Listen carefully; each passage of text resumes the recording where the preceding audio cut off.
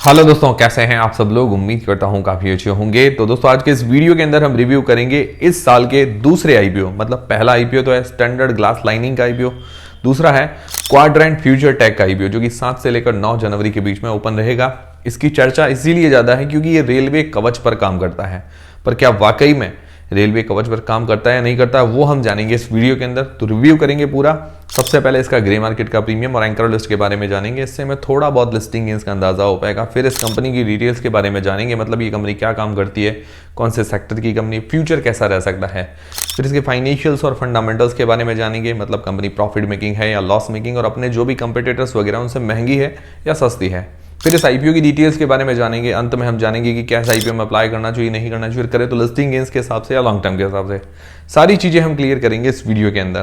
तो वीडियो शुरू करने से पहले दोस्तों टेलीग्राम, व्हाट्सएप चैनल, इंस्टाग्राम और फ्री में डीमेट अकाउंट सबकी लिंक डिस्क्रिप्शन के अंदर है। एंजल और अपस्टॉक्स के साथ बिल्कुल फ्री में आप खुलवा सकते हैं। तो सबसे पहले बात करें इसके ग्रे मार्केट के प्रीमियम की। तो ग्रे मार्केट का प्रीमियम मतलब आज ही ओपन हुआ, आप यूं कह सकते हैं, क्योंकि इतने दिन डिमांड वगैरह नहीं आ रही। तो मैंने आपको कहा भी था ओपन होगा, इसका उम्मीद है कि अच्छा ग्रे मार्केट का प्रीमियम होना चाहिए। तो अभी नियरली 60% के आसपास इसका ग्रे मार्केट का प्रीमियम बता रहा है, लगभग 150 रुपए पर शेयर अंदाजन। ठीक है, डिमांड वगैरह काफी अच्छी है। तो ऐसी डिमांड क्यों है वो हम जानते हैं। और उसके अलावा इसकी एंकर लिस्ट अभी आना बाकी है, मतलब सोमवार कल तक हमें देखने को मिल जाएगी। फिर इस कंपनी की डिटेल्स के बारे में जानते हैं, मतलब ये कंपनी क्या काम करती है। तो कंपनी जो है सन 2015 के अंदर इनकॉर्पोरेट हुई थी।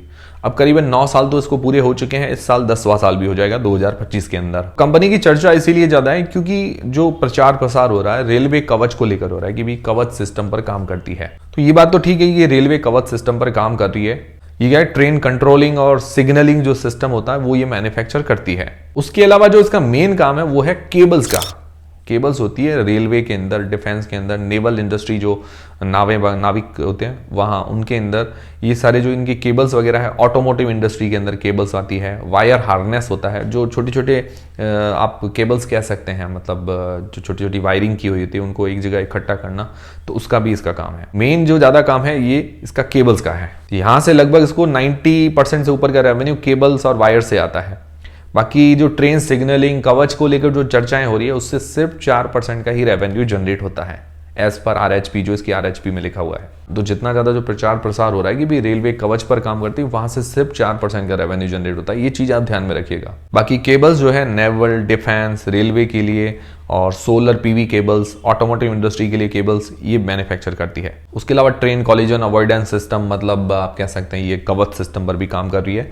शायद रेल टेल से मतलब इसको ऑर्डर मिल रखे हैं। जो ज्यादातर कवच पर काम कर रही है इंडियन कंपनी, जो गवर्नमेंट कंपनी है, और रेल टेल है। रेल टेल पर भी आप फोकस कर सकते हैं अगर कवच सिस्टम पर आपको कोई शेयर वगैरह लेना है तो। आईएसएल का रिकमेंडेशन नहीं है। उसके अलावा इलेक्ट्रिक कनेक्टर है, जैसे प्लास्टिक के, मेटल के कनेक्टर वगैरह मैन्युफैक्चर करती है। उसके अलावा वायरिंग हार्नेस वगैरह ये सारी चीजें मैंने आपको बता दी। तो सेक्टर बढ़िया है, सेक्टर में कोई दिक्कत नहीं है, अच्छा सेक्टर है। वायर केबल्स के लिए भले ही काम करता हो बट अच्छा सेक्टर है, डिमांडिंग है, यूनिक सेक्टर है। इसके अंदर ज्यादा कंपटीशन अभी नहीं है और इसकी मोहाली के अंदर मैन्युफैक्चरिंग फैसिलिटी है। इनली ओवरऑल ये रेलवेज को ज्यादातर सर्विस देता है, फिर डिफेंस, नेवल, उन सभी इंडस्ट्री को ये सर्विसेस अपनी देता है। कि मैंने आपको ये चीज बता दी कि भाई जहां से इसका प्रचार प्रसार हो रहा है कवच को लेकर, वहां से इसका रेवेन्यू 4% का जनरेट होता है। तो सिंपल भाषा में आपको समझ में आ गया कंपनी क्या काम करती है। समझ में आया है तो वीडियो को एक लाइक जरूर करें, इससे हमें काफी मोटिवेशन मिलता है। क्योंकि देखिए कंपनी की डिटेल्स तो 1-1.5 मिनट के अंदर मैंने आपको बता दी, पर जो पीछे का मेहनत लगती है ना उसमें 1-1.5 दिन भी लग जाता है पूरा रिसर्च करने में, भाई क्या क्या करती है। तो उसके लिए एक लाइक जरूर करें, कमेंट करके जरूर बताएं ताकि हमें मोटिवेशन मिलता रहे। फिर दोस्तों इसके फाइनेंशियल्स देखते हैं। तो फाइनेंशियल्स अगर देखें 2022 से 2024 तक दिए गए और 30 सितंबर 2024 तक, मतलब 2 क्वार्टर्स के दिए गए हैं। अगर एसेट्स देखें तो एसेट्स के अंदर ठीक ठाक ग्रोथ है, 112 करोड़ से 149 करोड़ रुपए हुए हैं। रेवेन्यू के अंदर भी ठीक ठाक ग्रोथ देखने को मिली, 105 करोड़ से 151 करोड़ रुपए के आसपास हुए हैं। और पिछले साल से इसका रेवेन्यू 1.5 करोड़ रुपए घटा ही है। और अभी 2 क्वार्टर का देखें तो 65 करोड़ रुपीज इसका रेवेन्यू जनरेट होता है 2 क्वार्टर्स का। अगर डबल कर लेते हैं, क्योंकि इसमें डबल तो कर नहीं सकते कि भाई मतलब सेम पैटर्न जैसा ऐसा हो नहीं सकता, क्योंकि ऑर्डर बुक पर है सारी चीजें।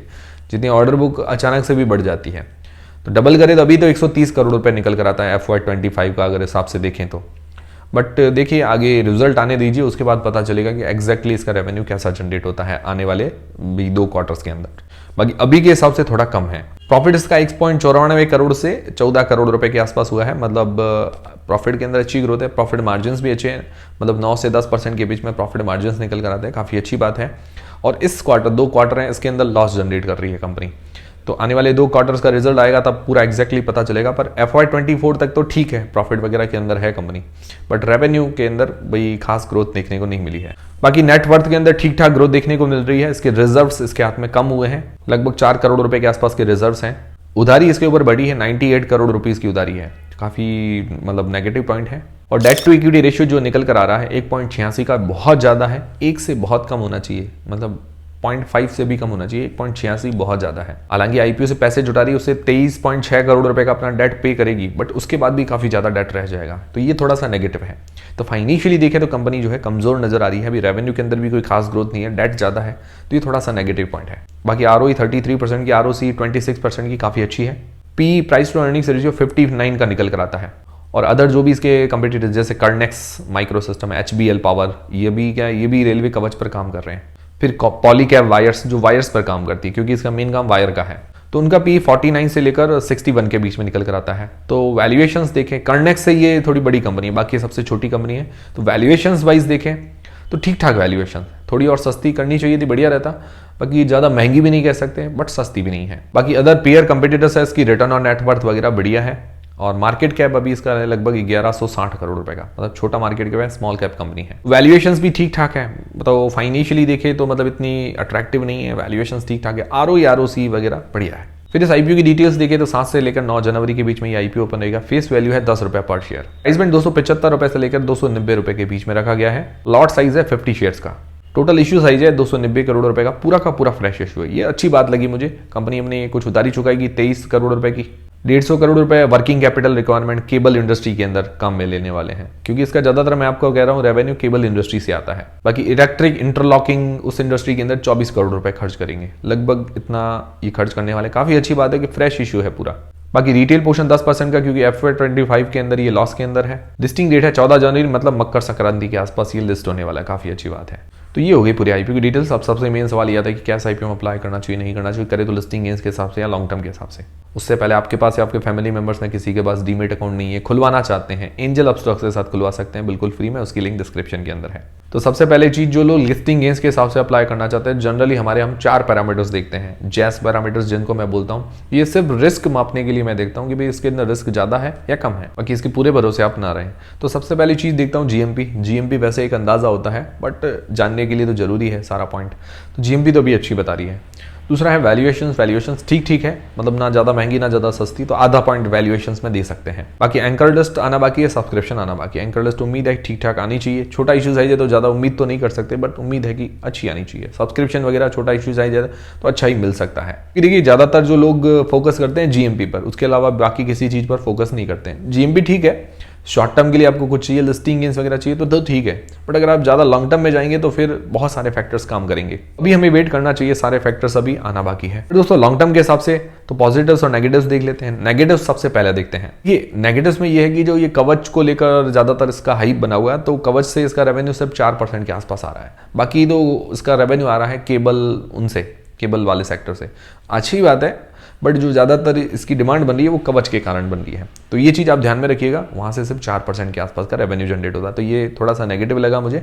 बाकी सबसे बड़ा नेगेटिव तो मुझे ये लगा फाइनेंशियली ये कंपनी वीक है, क्योंकि रेवेन्यू के अंदर कोई खास ग्रोथ नहीं है, डेट इसके ऊपर ज़्यादा है, डेट टू इक्विटी रेशियो ज़्यादा है। आईपीओ के बाद पैसे जो मतलब डेट अपना पे करेगी, बट फिर भी डेट रह जाएगा ज़्यादा। और इस साल FY25 मतलब 2 क्वार्टर्स के अंदर लॉस जनरेट कर रही है, ये भी बड़ा दिक्कत वाली बात है। और एक क्लाइंट से सिर्फ 40% से ऊपर का रेवेन्यू जनरेट होता है, मतलब बहुत नेगेटिव बात है। एक क्लाइंट पर इतनी डिपेंडेंसी नहीं होनी चाहिए, बट हाँ ज्यादा ये दिक्कत वाली बात नहीं, पर नेगेटिव बताना भी जरूरी है, इसीलिए आपको बता दिए। फिर पॉजिटिव्स क्या है? पॉजिटिव ये है कि रेलवे से जुड़ा हुआ सेक्टर है, रेलवे डिफेंस सेक्टर को केबल वगैरह सप्लाई करती है। उसके अलावा कवच सिस्टम पर काम कर रही है। आने वाले टाइम में कवच से अगर रेवेन्यू बढ़ता है तो अच्छी बात है। ROE ROC वगैरह बढ़िया है, और पीयर्स के मुकाबले इसकी रिटर्न ऑन नेटवर्थ वगैरह अच्छी है। वैल्यूएशंस भी ठीक है, ज्यादा महंगी नहीं कह सकते, बट ठीक है। बाकी पूरा का पूरा फ्रेश इश्यू है, कंपनी अपनी ग्रोथ में पैसा काम में ले रही है, अच्छी बात है। आने वाले टाइम में इससे ग्रोथ आएगी तो बढ़िया बात है। ओवरऑल ये चीज जो है ऑर्डर बुक पर डिपेंड है, ऑर्डर बुक कितनी मजबूत होती है आने वाले टाइम में, उस चीज़ों पर डिपेंड करेगी। इसके फाइनेंशियल्स आने वाले टाइम में अगर सुधरते हैं तो कंपनी जो है अच्छी साबित हो सकती है। बट अभी कुछ रिस्क भी है, बट क्या है कि इग्नोर करने जैसा नहीं है।